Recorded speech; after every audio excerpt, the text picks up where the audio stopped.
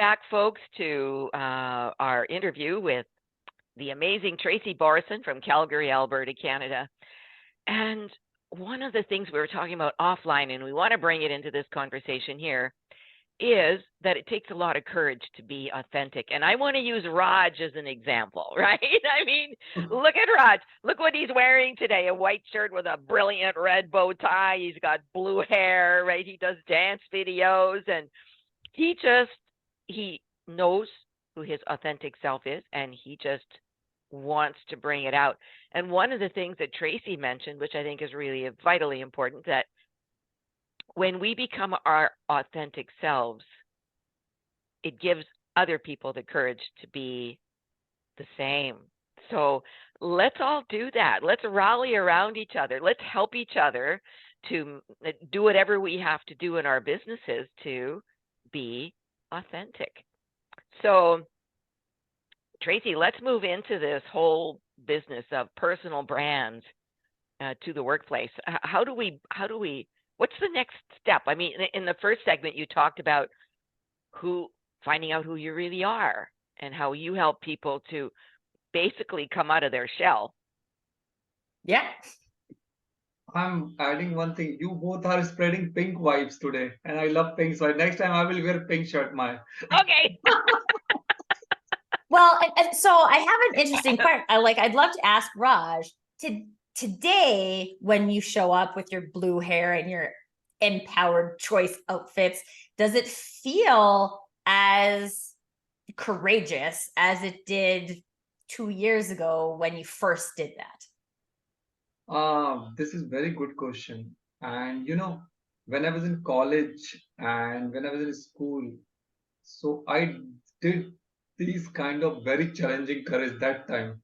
So, and that time also, you need to dare step to do this kind of things. And I did that time. So I didn't afraid about, because sometimes you have so much identity crisis also sometimes you face. Yeah. Because different people, different perspective. So some people target identity crisis, but I didn't care because I know, and to be very, I'm very natural. I didn't. I'm telling you very honestly. Whenever I meet, I never thought I'm doing pink, red, blue, green hair. I'm thinking I'm very simple Raj. So I don't have any tantrum, any ego and arrogance.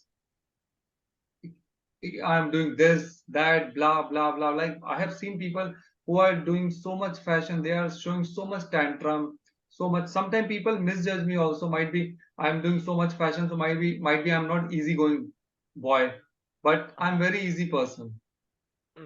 Well, and these are the things, again, we can't control someone else's perspective of us.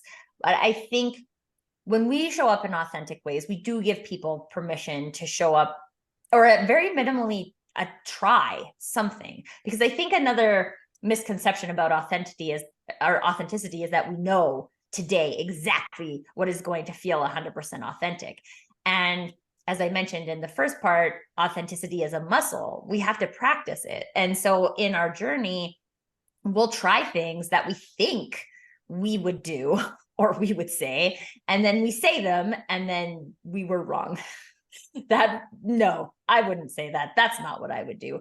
And as you practice, it gets easier to identify the things that you would or wouldn't do, which is why once you've practiced, you get to the point where it doesn't actually feel courageous anymore to show up and wear your pink headphones or wear your blue hair or wear your red bow tie, because you don't, I grew up playing basketball, and we used to have to shoot free throws over and over and over and over, to the point where actually you don't have to use your brain. Your body just knows what to do. Oh, wow. That's cool. Yeah. And dancers do this, and a lot of different athletic abilities, but once you've worked that muscle to a certain point, it doesn't actually feel like you're using it anymore. And so sometimes also in the authenticity journey, we can forget how difficult it was to take that first step into authenticity. And it's always scary. There's not a point you can get to where it's going to feel easier to take the first step. It's always going to be equally intimidating, equally frightening to take that first step. And the only way to do that is to say, I'm done with this old way, this old version of me, which I know isn't me. I'm going on the journey forward, and I know I'm going to make mistakes, but I'm going to keep moving forward. The mistakes is what helps me learn. And then eventually I get to the point where I just be it and I don't have to think about it anymore. Well, and using Raj as an example, he's mentioned to me, we've worked together for over 2 years, delightfully worked together for over 2 years. And he uses that word creative. You know, he's just, his whole life, he's been incredibly creative. So that's kind of his brand. And that creativity will come out in different ways, whether it's blue hair, green hair, jewelry, tattoos, bow ties, whatever it is, it just comes out. So I think that is the key, is finding out, as you said, who you really are, and then being it. But let's go to bringing out those personal brands in the workplace. So first of all, you need to find out who you are, and you have to build it. And Tracy can help you with that, folks. So then what do you do? Then how do you bring it in? So it's about finding your way to incorporate things. So Raj as a creative is a great example, because there's not just one way to be creative. There's lots of different ways. So what's your brand of creativity? I did a workshop a couple of weeks ago for some like user interface designers, talking about your unique brand of creativity, because it's not that you just create user experiences, right? There's a why you create user experiences, and what is important to you, and is it palette or is it usability? And different people care about different things, and it's not about one of those being right or wrong. It's about tapping into what is that unique thing for you.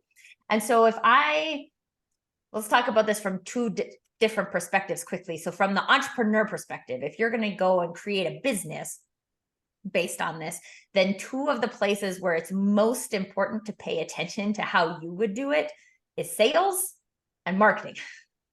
Okay. So sales and marketing are the things that generate revenue. We all have to do them in some form or another if we have our own businesses. However, there's a lot of information out there about what you should do for sales or what you should do for marketing. And from an authenticity perspective, this is about trying things on. So it's good to learn, right? Go out there, learn what other people are doing. That's great. But try it on and ask yourself, is that what I would do? So I have this example for myself in the marketing arena. I've been in marketing for like 15 years, so I have my own opinions of marketing. But I was participating in this program, and they were doing this whole webinar to a funnel thing with a time-stamped offer, right? So you have to buy this by midnight on Friday, otherwise it's not available. And I was, in the moment I heard it, I was just like, I wouldn't do that. Right? The way that I coach is available. You can choose it today, or you can choose it 3 months from now, or you can choose it a year from now, and it's available. So I wouldn't do that. And so it's important to be able to, not that that's bad and it can't work for people, because it does work for lots of people. It's just about trying it on and being like, is that what I would do? Yeah. From a sales perspective, you got to connect with some new people. Okay, my brain says that, but most people hate sales. They hate sales because they think they have to sell in a way they wouldn't sell. And so if you can connect to the way you would sell, or how I like to say, help people fix their problems, right? I don't decide you have a problem. You decide you have a problem. You want help fixing it? That's something I can do. Let's talk about it. Now I'm just helping people. I love helping people. So I can easily build something around helping people that ends up in a transaction, versus focusing on a transaction and working a system so that I remove all the stuff that feels good. about Yeah. it. Yeah. And Got it. equally, if you are an employee or a manager that's working within a larger organization, when you're looking at bringing more of this authenticity to work, it's about, honestly, I have seen this happen. If somebody has a story that negates this, I would love to hear it because I don't believe in 100%. But I have never heard someone say when they have asked for something that was mostly a small accommodation that people have like straight up hard no stomped them in the face. And I think that I think it's possible that that happens. But in my experience, I had this when I was still working in corporate. I had this experience, and I managed our sales and marketing teams at the time. And I was like really disenfranchised with just the sales and marketing components of it. And I was standing in my boss's office and I was just thinking, all I want to do is coach people. Right? Like, I love watching people make transformations, go on to like achieve their greatest achievements. This is what I want to do. And almost right after that same moment, I was like, I have 8 people that I manage. I could just coach them instead of manage them. So I switched my mindset based on what was more authentic for me, for more authentic for my identity is coaching. And I showed up to coach. I didn't even have to ask my boss for permission to do that, right? It's actually part of my job. I just changed my mindset to make that the predominant part of my job so that I could get excited about doing the thing. So when we have this knowledge about who we are, we create opportunities like that to explore and be like, how could I, if coaching is what feels great for me, how could I do more of that? Maybe you go and coach a little league baseball team, right? There's really no limitation to where you can find these things and where you can create an outlet once you know what it is that you're looking for. Right. Got it.